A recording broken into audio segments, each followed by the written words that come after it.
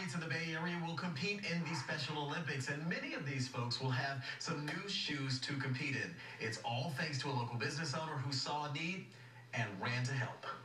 At FITniche Hyde Park, shoes are everywhere.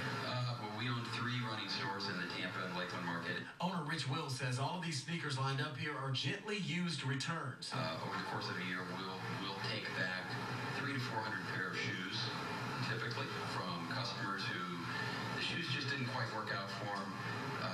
There's nothing wrong necessarily with the shoes. They just weren't a good fit. Every foot fits every shoe a little differently. The workers organized the shoes by size and by gender, but not to get rid of them. An idea ran through Rich's mind a few years ago. Why not give these shoes to athletes in the Bay Area for the Special Olympics?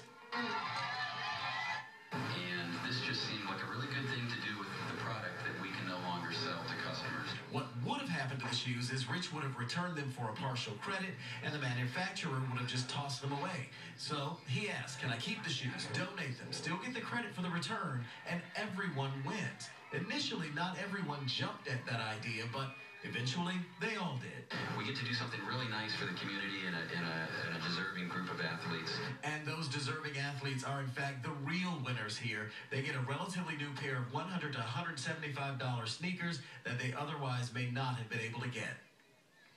The Area 8 Special Olympic Summer Games are tomorrow at the University of South Florida. FITniche takes those shoes there early in the morning because they have to fit about 300 athletes with those shoes. And when I say relatively new, I really mean relatively new because the store has a 15-day return policy, so you can only you can't return them after 15 days, so they're barely used. That's good to know. It is. By the way, Wills has coached Special Olympics locally for several years, and here's something else really interesting that FITniche does.